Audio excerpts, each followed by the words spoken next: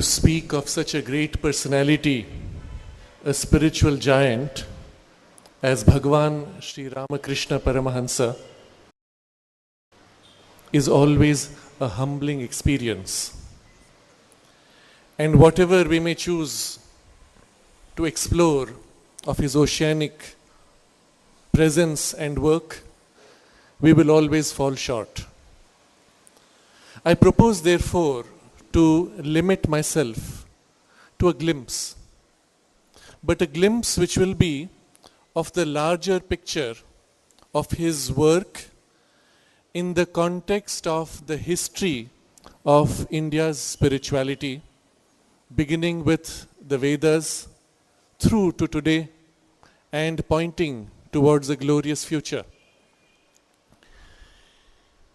First, we must understand who he was before we can fully understand why he came on earth and what work he accomplished. Sri Aurobindo has some profoundly insightful observations when he was asked to some questions by disciples. He made certain observations, but on his own, without being asked any question, in his thoughts and aphorisms, Sri Aurobindo places before us this statement: who was Ramakrishna? And then he himself answers, God manifest in a human being. He was an avatar as much as Christ or Chaitanya, who had a definite purpose to fulfill in the spiritual evolution of humanity. And what is that purpose? He points out, to found and establish the truth of the unity of all spiritual experience and realization. And this is the work for which he came.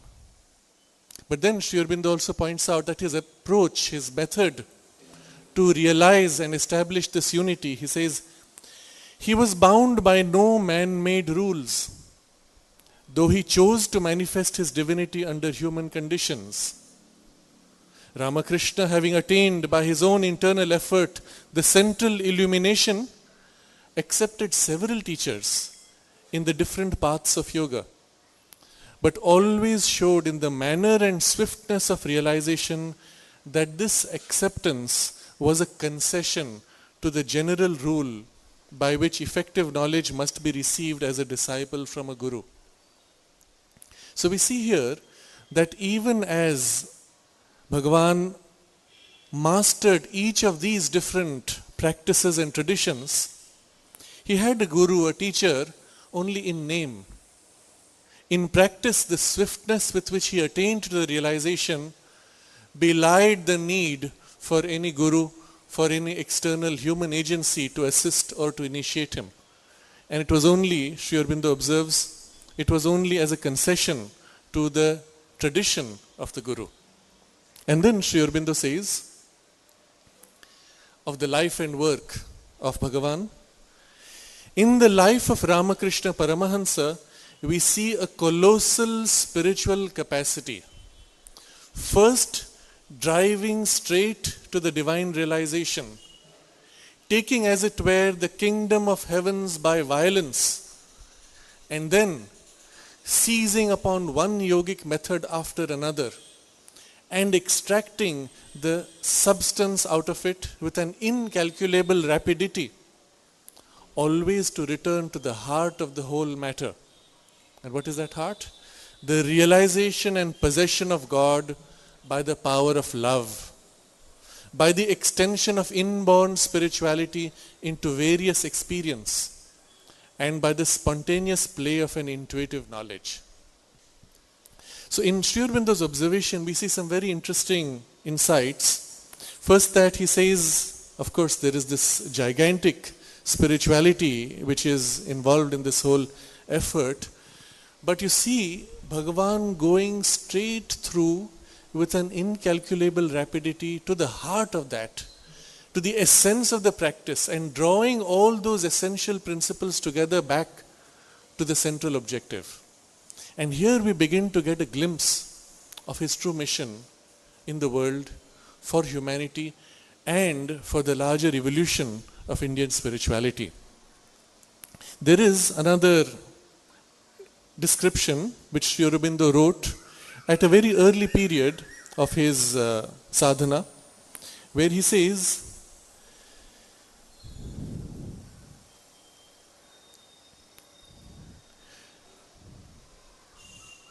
to exemplify, Bhagavan's work was to exemplify in the great and decisive experience of a master soul the truth now most necessary to humanity, towards which a world long divided into jarring sects and schools is with difficulty laboring. So we have seen thousands of years of division between different schools and sects and traditions and religions. And what is it that it is laboring towards? He says that all sects are forms and fragments of a single integral truth. And all disciplines labor in their different ways towards one supreme experience. This is the work Sri Ramakrishna came to begin. And all the development of the previous 2000 years and more since Buddha appeared has been a preparation for the harmonization of spiritual teaching and experience by the avatar of Dakshineshwar. You see, now he is giving us a massive perspective of history. And all those thousands of years are a preparation for this synthesis, for this unification which Bhagavan came to realize. And then Sri Aurobindo says, a new era dates from his birth. An era in which people will be lifted for a while into communion with God and spirituality become the dominant note of human life. Now consider that this is begun at a time when the large mass of humanity was steeped not only in materialism but in conflicts and division. And then Sri Aurobindo again prophetically points, a new day is about to break, so glorious that even the last of the avatars cannot be sufficient to explain it, although without him it would not have come. So this is the future towards which all this work is to lead. And then finally he says, it is such a synthesis embracing all life and action in its scope that the teachings of Sri Ramakrishna and Vivekananda have been preparing. So we get here a glimpse of the larger picture of what it is that he came to accomplish. And for now, briefly, we will step back and look at the full sweep of the history of Indian spirituality and observe the distinctions of stages. Sri Aurobindo explains that nature has a particular method in her evolution. What she does is she begins with a central effort and then from there branches out to different specializations. And when all the specializations are taken to their extreme and it seems as if they are opposing each other, she brings them back again to form a larger, richer unification.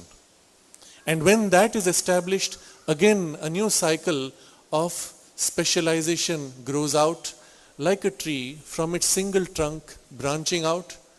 And then eventually again, when that extreme has been accomplished of diversity, again these forms are brought together to make for a larger, more complete unification and synthesis. When we see this, when we understand this, we can see better the theme of the unfolding spirituality in India. In the Veda, we find that the spiritual theme is always of an underlying unity. Yes, diversity exists, but the diversity represents only aspects, powers, facets, different potentialities, different directions in which the same unity can develop and unfold. Therefore, we see in the Veda, as the different aspects of the divine are named, the specific powers that they represent, the attributes that they express, with each of these great names of the Vedic deities, we are again and again told, In you are all the other deities. And then the Vedic Rishi shifts to another deity and says, in you are all the other deities. So there is a vision in which the different cosmic powers are all functioning to manifest the universe, but they are all facets of each other, facets of a single underlying oneness. And this is the dominant theme of the Vedic experience. As we move from the Veda to the Vedantic phase, as the Upanishads unfold, we see in the Upanishad a shift. A shift from what was in the Veda an intuitive underlying spiritual experience held in oneness to something now which is articulated in terms of the intellect, the mind. The mind still turns to the Veda, still turns to that unity, but now articulates the differences, the distinctions with greater clarity, greater separateness. And therefore, for the modern mind, which was much more intellectual, it is easier to follow the Upanishads because it is rationally presented, in distinction, in separation, even in opposition. But to go back to the Veda requires us to transcend our intellect, to re-enter into an intuitive consciousness, which is not easy for us right now in our current stage of development. But the Upanishads, therefore, also become the transition point where statements, philosophies, or approaches can be placed as if in conflict with each other. As if. Because that is the nature of the intellect. Because it divides, it cuts up, and shows differences and similarities, but always in pieces. But each of the Upanishads traces back to the same original oneness and synthesis of the Veda. But by the time we have moved down through various levels in the Upanishadic phase, the distinctions grow. And now it is as if each can branch out to become a whole new school, a whole new tradition, as if seemingly to be in contradiction or separateness from others. We find subsequently in the Puranic phase something very interesting. A further separation, a further distinction, but brought down to the level of the common man. Through simple, childlike narrations of stories, the same great truths of the Veda, the same philosophical articulations of the Upanishads are now presented in simple story form. But at that stage, the Vedic deities have been reduced almost to human types. Indra gets angry, he gets jealous, he starts playing mischief, and all kinds of strange behavior happens, which is very much like us. And it makes it possible for us now to relate to these deities at a human level, although we lose their grandeur and cosmic uniting character. But the principles they represent are now easily accessible subliminally, subconsciously, through these fascinating and profound multidimensional stories. So the mind that comes from a deeper understanding of the Veda and the Upanishads sees these simple stories and sees the deeper truth behind. But the child's mind, which does not see the deeper truth, can still grasp the stories and intuitively absorb the deeper truth without being conscious of it. And so there is a bringing down of those deep realities and truths to a level where the common man now begins to feel them close and begins to absorb them. And it is in this way that the great truths of the Veda became the norm and the formative power of the common Indian culture, which became a spiritual culture. Underlying it is the sense of unity, not always articulated but always felt. And even in the midst of the extreme play of diversity, we know it is there. We know that sense of oneness. The mother of Sri Aurobindo Ashram used to observe that the commonest farmer in India is more spiritually developed than the greatest philosophers of the West. And it's not by the study that he has absorbed that spirituality. It is from this underlying, steeped spiritual culture and value and the forms of life which have emerged from that culture and those values. But already at this point you see how the profound truths have come on the brink of vulgarization. It is easy to misrepresent them or misunderstand them. It is easy to get lost in our own little tradition, in conflict with others whom we now hate or disallow. And so you will find there are statements which come from the bhakti tradition which says, oh, jnana is only necessary to get the realization of bhakti and then it must be dropped. But the jnana tradition will say, oh, bhakti is just an immature preparatory stage before the true knowledge of the divine comes. And all these kinds of distinctions. Obviously, the presiding consciousness, the divine inspiration behind the civilization and the Veda will not allow this to happen. So we find repeatedly through the development of Indian spirituality attempts to synthesize, to reharmonize. The Bhagavad Gita is one such, where Sri Krishna unites the path of knowledge, the path of devotion, and the path of works. Jnana Yoga, Bhakti Yoga, and Karma Yoga are as if seen as one triple path, each merging into the other in a comprehensive, all-encompassing development of our being. We find in the Tantra similarly an attempt to reconnect the every detail of life back to the divine origin, to consecrate oneself and everything we do to the divine Shakti who mediates between us and the divine source. And so there are repeatedly these attempts to synthesize and harmonize. But when religions form, innately they distinguish themselves by separation. They define themselves by cutting off from the other who does not follow. And so there is always a problem of their resolution. If a religion says, my God is greater than your God, how are we to resolve this problem? And philosophy does not help because one can argue either way. It is only in experience that one can resolve this conflict. An experience where my God being attained, your God being attained, we realize they are the same one. But can one person do that? A lifetime is not enough. A lifetime is not enough to realize the highest truth of a single tradition or a single religion. And therefore the soul needs to take birth again and again in a single tradition to realize its highest possibility. And then to take birth again and again in another tradition to realize its highest possibility. It is just not possible for a human being to do it. And this is where the divine intervention has to come. Because for the new age that is dawning on us, the new Satya Yuga, it is a recovery of the deeper and larger synthesis of the Vedic uniting vision that has to be established. And before that can happen, all of these disparate extremes of all the traditions need to be brought back together in a single experience, in a single lifetime of a single person. Humanly impossible. Therefore, the manifestation of Bhagavan Sri Ramakrishna Paramahansa. Bhagavan himself describes a vision.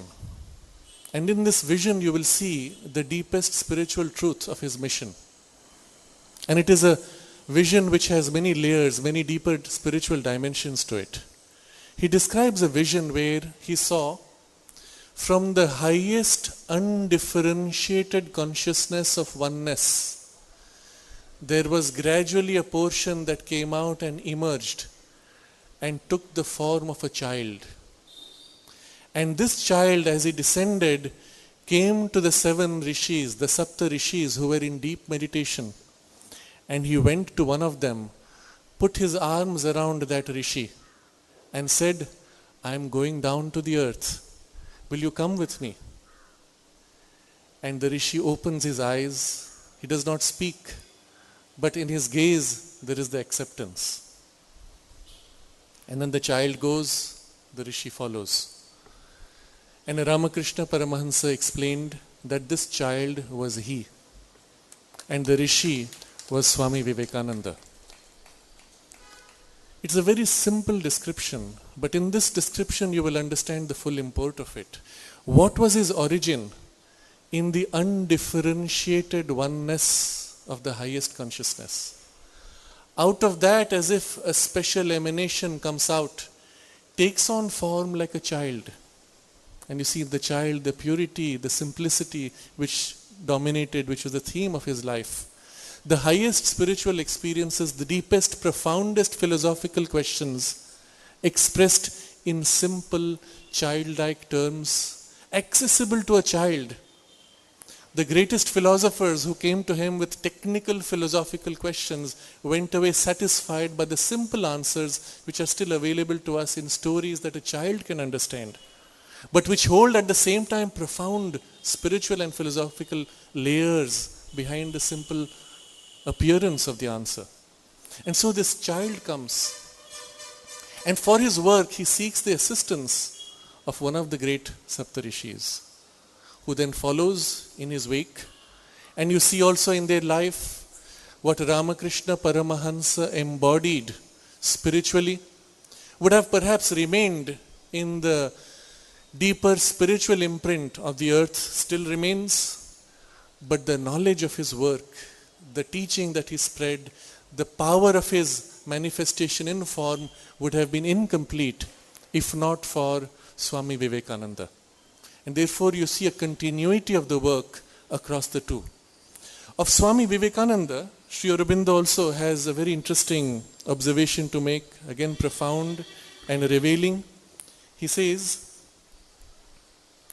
and what was Vivekananda? A radiant glance from the eye of Shiva. And you all know the deeper sense of this, that he was himself a special emanation from that original source.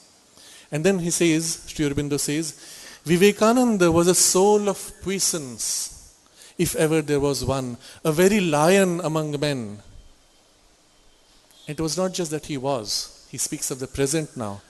We perceive his influence still working gigantically.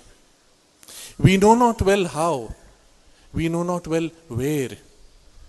In something that is not yet formed, something leonine, grand, intuitive, upheaving that has entered the soul of India.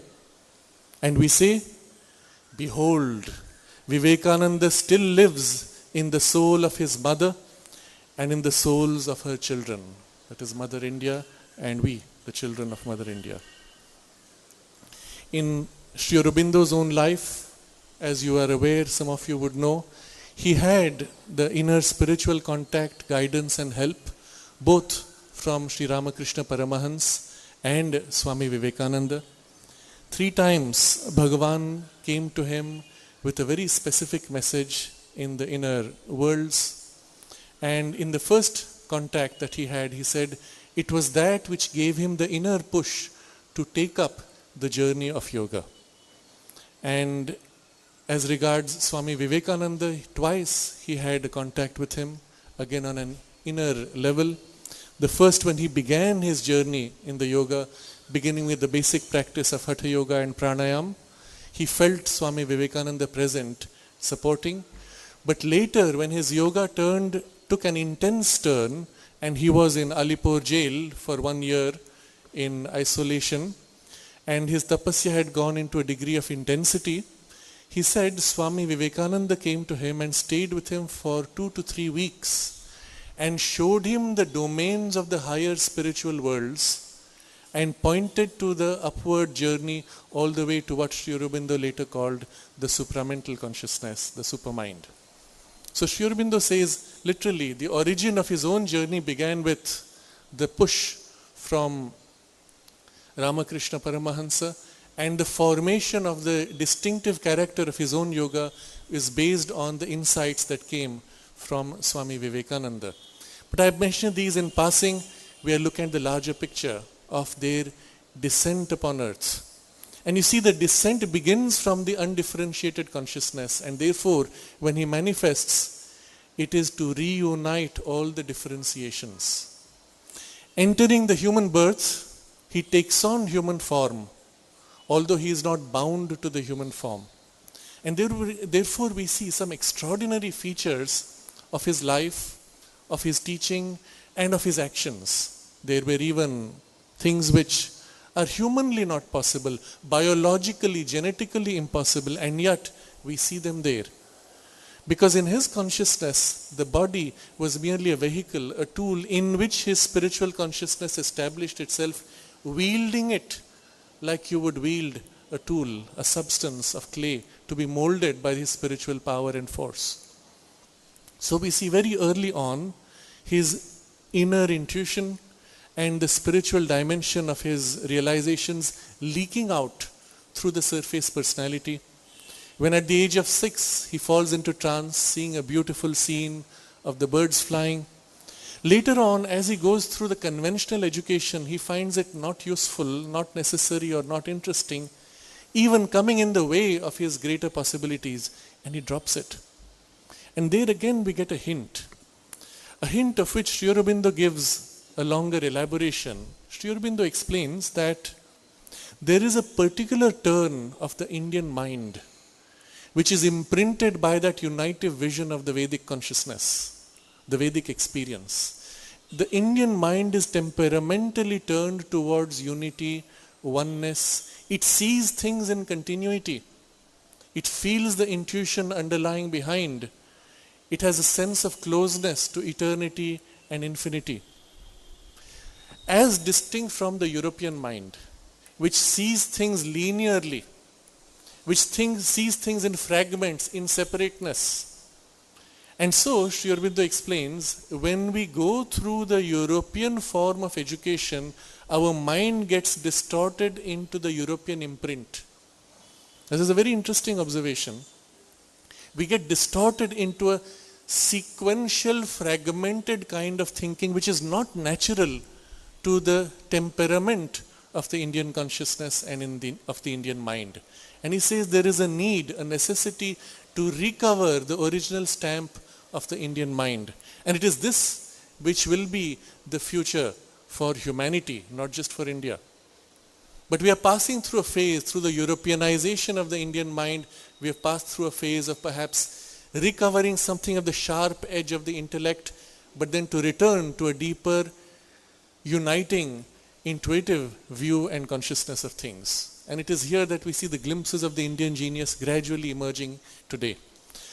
But Sri Ramakrishna Paramahansa chose to preserve that and not submit to further distortion from the European framework of education.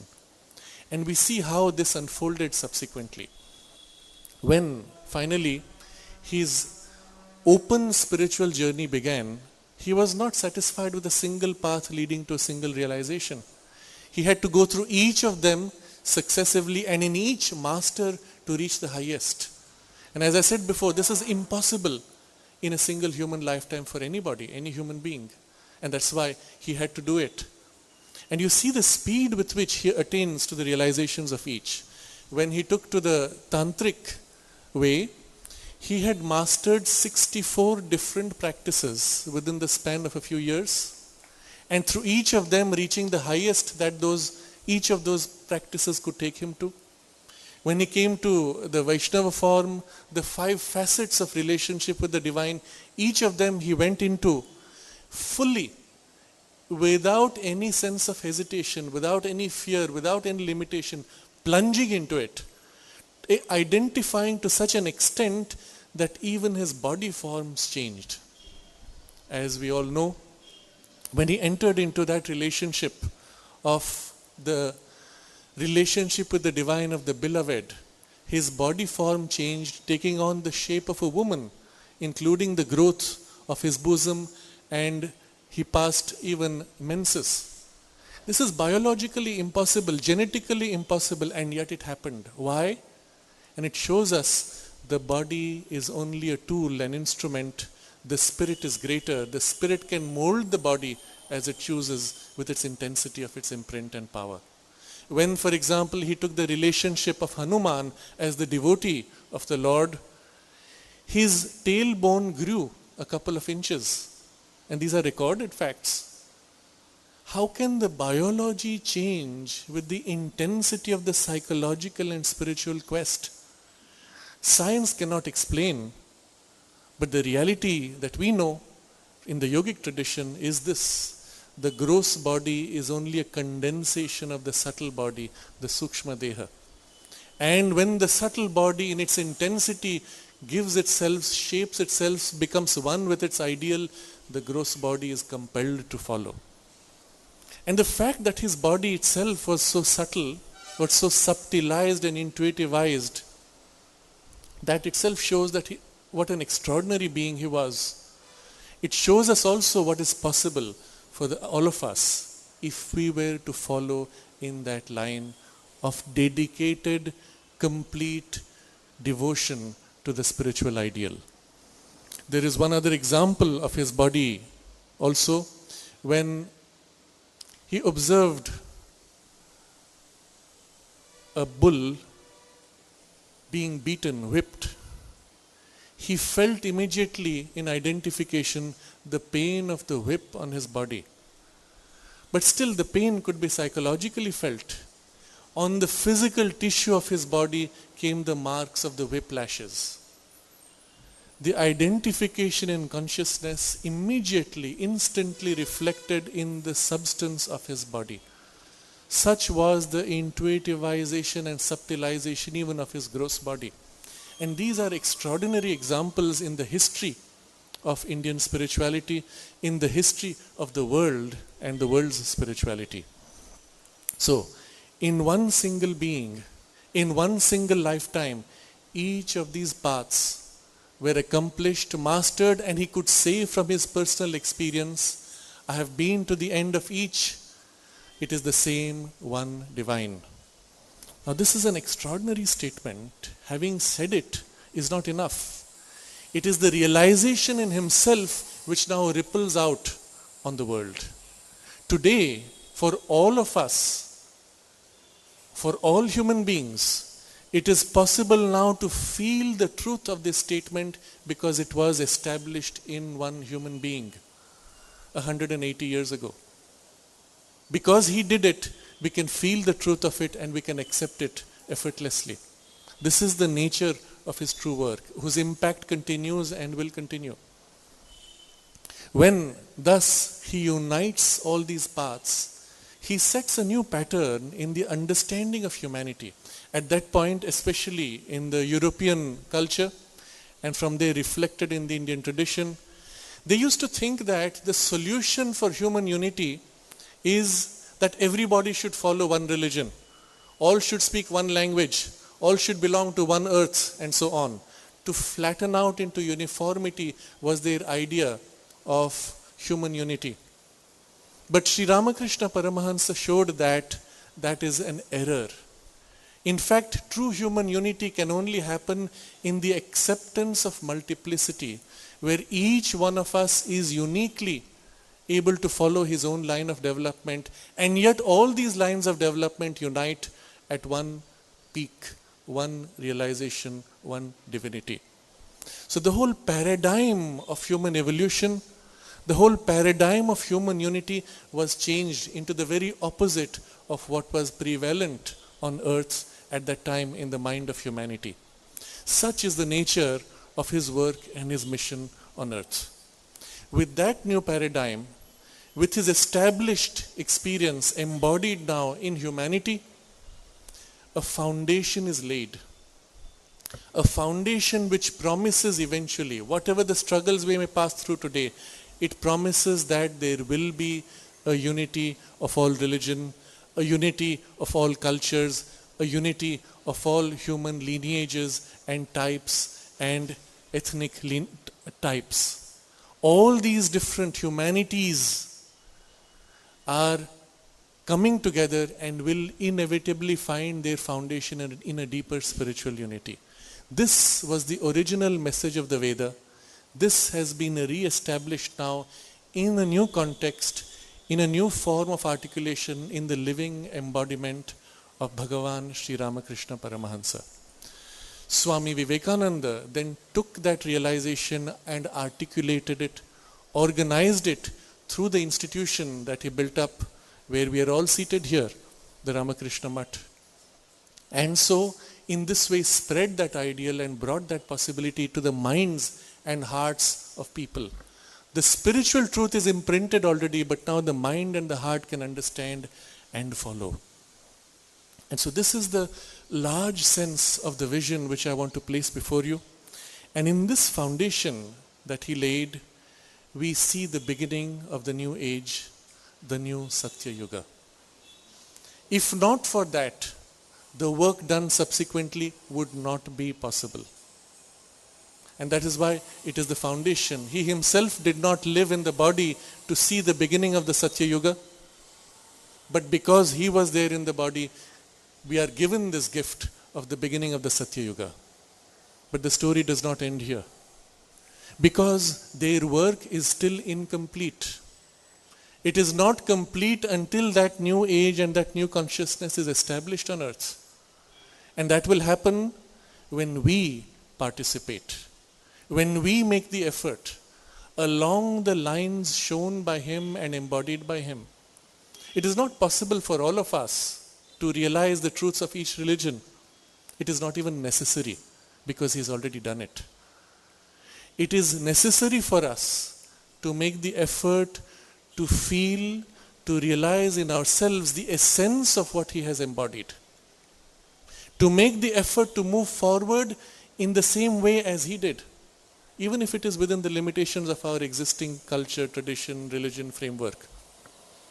But carrying that synthetic sense of it, the intuitive perception of the oneness of things, and taking it through to its culmination, to self-realization, to the highest spiritual realization. Bhagavan himself, as you know, having reached the highest status of Nirvikalpa Samadhi, was ordained by the Divine Mother to return to a halfway point where he could form a bridge between that height of spiritual dissolution to the surface form of the world experience. And he remained in this intermediate status as a bridge, precisely so that that highest power could act through him in the world, and he could reach out and draw the world towards the oneness of the Spirit, becoming himself a bridge. And it is thus that we have to relate to him as a bridge who assists us, a conscious living bridge of the Supreme, here manifested on earth in a form that we can see, feel, hear, read about, relate to with the heart, with love, with the mind, with understanding, with the will and the body through service. And in this way, through the bridge, we make the easiest, most rapid link to that spiritual consciousness that he embodied.